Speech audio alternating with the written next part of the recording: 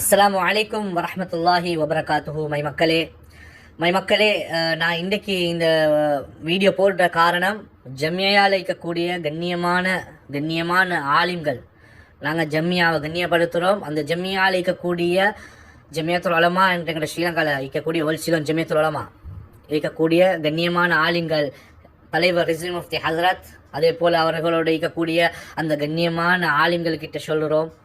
என்ன என்று சொன்னால், உங்களை எல்லாத்துக்கும் தெரியும், மதிக மித்தியால குருநாகல் இருக்கக்கூடிய வாரிய போல மதிக மித்தியால் இருக்கக்கூடிய இந்த ரவுலத்துல் உலமா மதரசா இருக்குது. இந்த மதரசால எந்த ஒரு தகுதியும் இல்லாத, உதாரணத்துக்கு சொல்ல போனால், லைட் வெஹிக்கல் லைசன் இருக்கிற ஒரு டிரைவருக்கு ஹெவி வெஹிக்கல் ஓட்டலாம், ஹெவி வெஹிக்கல் லைசன் இருக்கிறவருக்கு கோச்சி ஓட்டலாம், ட்ரெயின் ஓட்டலாம். அதே போல் ட்ரெயின் ஓட்டுறவருக்கு பைலட் ஆகலாம்.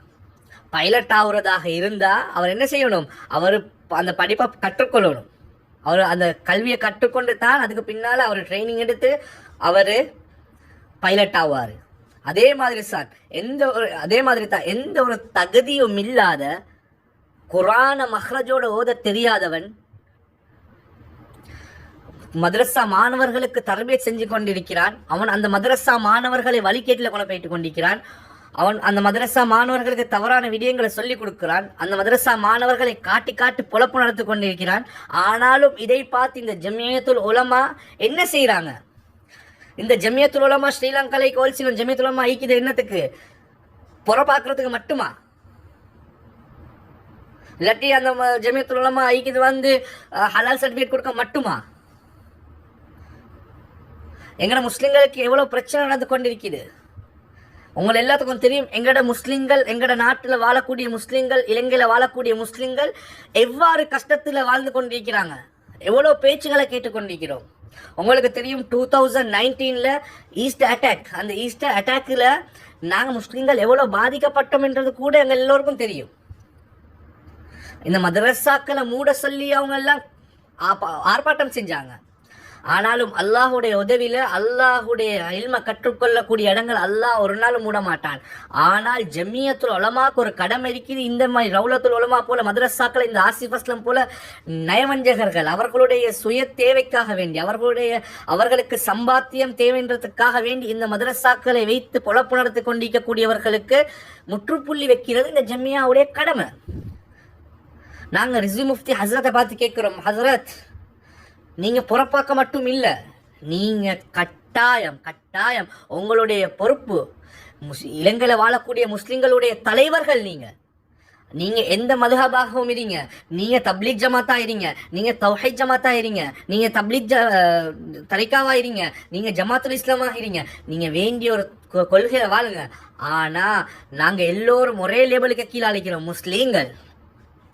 லா இலாஹ இல்லல்லாஹ் முஹம்மது ரசூலுல்லாஹ் என்ற கலிமாவை சொன்னவர்கள். நாங்கள் எல்லோரும் இந்த கலிமாவுக்கு கீழால தான் வாழ்ந்து கொண்டிருக்கிறோம்.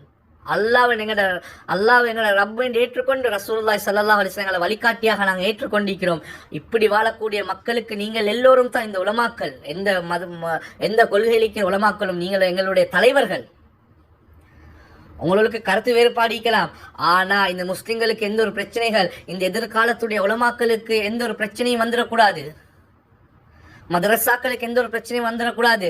நீங்கள் எல்லோரும் சிந்திக்கணும். உலமாக்கள் 100% பொறுப்பு இந்த ஜமியா. இந்த மதரசா வழிகேட்டில் போனா இதுக்கு பொறுப்பு ஜமியா. நீங்க அல்லாஹுக்கும் பதில் சொல்லணும். இந்த நாட்டில் இருக்கக்கூடிய அரசாங்கத்துக்கும் எந்த ஒரு தவறு நடந்தால் நீங்கள் தான் பொறுப்புதார்கள். நாங்க சொல்லிட்டோம், நாங்க இந்த பேஜ்ல நாங்க மக்களுக்கு தெளிவுபடுத்தி கொண்டிருக்கிறோம்.